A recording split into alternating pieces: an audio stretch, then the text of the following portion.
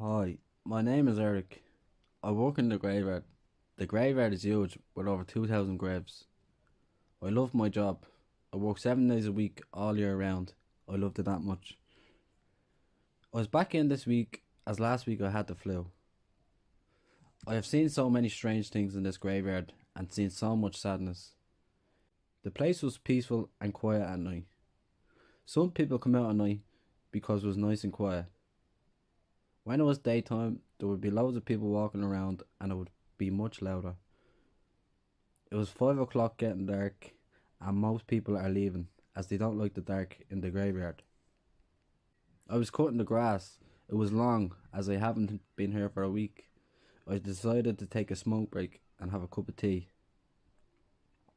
I walked past Mr. and Mrs. Sprinkles. Hey Erik, good to see you back. You look after this graveyard well, fair play. Hey you two, thank you, I missed you too. Are you off home now, I asked. They looked and said, yes, we seen our son, now we are ready to go home. It's too scary now because of the dark. I don't like the dark, especially in graveyards. Have a good one, I said, and walked to take my break. I was standing having a sandwich with my tea. I watched as loads of people started leaving. It looks like everyone went out. One or two might be left, I thought. Then I took out my book and started to look at it. I found this book the other day in the graveyard. It's a really weird one. I can't understand the language, but I tried to read the words, but I don't think I read them properly. But there was hundreds of dark pictures which I like to look through. It was nearly 6 o'clock, so I decided to go back to work. I started cutting the grass again. I went down along the graveyard each row as much as I could. I was going along and then I seen an envelope. I picked it up and looked inside. There was a piece of paper. I looked at the paper. It read, watching. Watching? I thought to myself. What the hell? What the hell does watching mean? This is fit for the bin, I said, and picked it up and put it in a black bag. People and their rubbish. I don't know why some people do that in a graveyard. It's disgusting. I went along as I do and I seen a man. I haven't seen this man here before, I thought. Well, I got to say hello. I went over to the man. I said, hey, how's it going? The man turned around and stood for a second. Hello, who are you? Then I replied, can't you see? I work doing maintenance in the graveyard. Oh, replied the man. I thought it was George who was the maintenance man around here. I then replied, sorry buddy, but George went missing from here 10 years ago today, and I took his replacement job. The man just looked at me and said, I was just talking to him yesterday. I thought, this fella must be crazy thinking he's still here. Nah, he's gone already, I'm sorry, I said. The man just walked off and didn't say another word. Well, I felt sorry for him. He must have liked him. I went off again. It was getting to 8 o'clock. I stopped and went to my shed to put the lawnmower back. I opened the shed and put it in. I walked to the back of the shed so I can look at my phone while I take a break. When I walked into the back room, I seen a note. It said, you. I thought, what? Who was in this shed? It's always closed. Then I remembered the other letter, watching, and this letter, you. Huh? I thought, who would be watching me? Maybe it's that crazy weird guy. I decided to go back out and look for the guy and see did he send this letter. I looked around the graveyard everywhere and I couldn't seem to find him. In fact, there was no one left in the graveyard. He must have went home. That's strange if it was him, because I don't know him and I was not fighting with anyone. I suppose I should go back to work. I went around picking up all the rest of the rubbish. As I was cleaning, I seen a bright light in the dark. It was blinding. Ah! My eyes! Who's that? I'm gonna go blind. The light went off, and with blurry eyes, I couldn't see a thing. What the hell? What was that? I said. Who's there? It was dead silent. I couldn't hear a thing. Just silence. What's going on here? There's no one here, and weird things are happening to me. I think I need to go home, I thought. Okay, I'm going home. I'm going to have a sleep because this is so weird. I went to go and grab my stuff and lock up. I was walking back to the shed and I checked it and locked it. I turned and seen the man in the distance again. I better tell him I'm locking up and ask him about the notes. I walked over and called him. He kept walking away. I said, "Hey, I'm locking up now." He turned the corner and I followed him. When I turned the corner, there was no one there. "Hey, where did you go, mister?" I said. "Hello?" It was silent again. He couldn't have disappeared through the wall. Where the hell did he go? "I'm fed up with this. I'm going home," I said. "He can stay in here wherever he is, or else I'm hallucinating from lack of sleep." I walked down the graveyard and then I heard a voice whisper in my ear, "Erik, look behind you." I turned real quickly and there was no one there. This is getting scary now. That was freaky. I could have sworn I heard someone behind me. I kept walking, ignoring what happened. I got to the gate, I looked behind me, checked around, that no one was there. "I'm out," I said, and then I opened the gate. Well, I tried. It was locked. "How is this locked?" I said to myself. "I have the only key." I reached into my pocket. Oh no, where's my keys gone? I must have dropped them back there. I turned around and there I seen the guy standing there in front of me. I said, "Hey, I'm locking up now. You have to go." The man just smiled and his face then changed and he grew big. This was not a man at all. This was a big, terrifying looking demon. I screamed, "Ah!" and ran, frightened for my life. I ran as fast as I could and then stopped to take a break.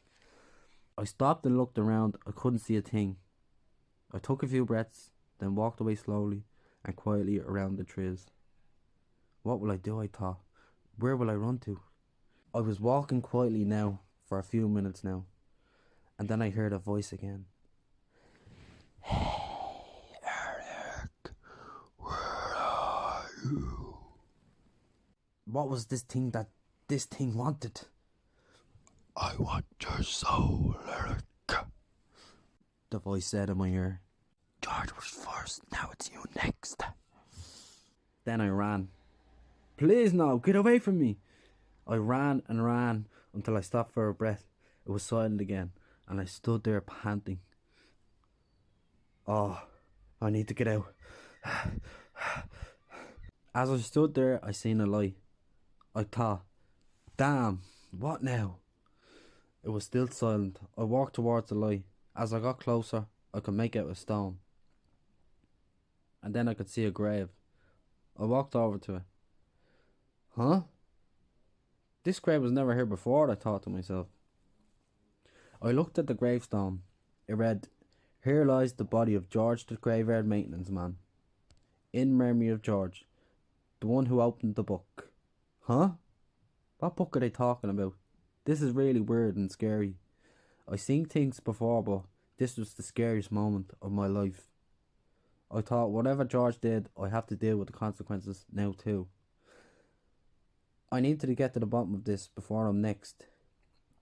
I went away and the light disappeared and it was dark again. What did George do for that demon to come after him? Then I heard a voice. Oh no, I thought I better run. And then the voice said, "Hey Erik, find the book. Find the book." "What book?" I said to myself. "Who are you? What do you want?" Silent again. I looked around. The voice had left. "Where is this book?" I said to myself. I walked around the graveyard looking for the book. I couldn't find any book. I looked everywhere in the graveyard. Where could it be, I thought. Then out of nowhere, the demon flew straight in my face. Boo! "Ah!" I screamed and ran as fast away as I could. I was looking back, running, and then I looked forward. The demon's face came out in front of me. I fell on the ground. Ah! It disappeared, and I got up and ran and ran. I ran past the trees, and the demon just kept popping out in front of me, scaring me. He was tying me. I think I peed myself at this moment. Frantically, as I was running, I fell into a tree. I got back up and started to run again. Erik, it's over. You're dead. It's time to come see George. Your 10 years in his graveyard is up. No, you're not taking me! I screamed in fear. Yes, I am, said the demon in his big frightening voice as he came towards me to take my soul. George let me out of the book 10 years ago by mistake. Every 10 years, I can take the maintenance man's soul that works here because George opened the book here and let the curse out. I do this so I can come to the world as a human, and if I get killed as a human, I will only need 2 more souls to come back to life. I only need 2 to be complete because I'm so powerful. I thought, oh no, this guy's powerful and dangerous, and I don't know where the book is. Then, as he was just at me, I realised, hey, that weird book I found the other day must be it. I ran, and the demon nearly got me. I ran towards the shed, but the shed looked like it was getting further and further away. I was getting closer. I kept running, and the demon was coming up behind me.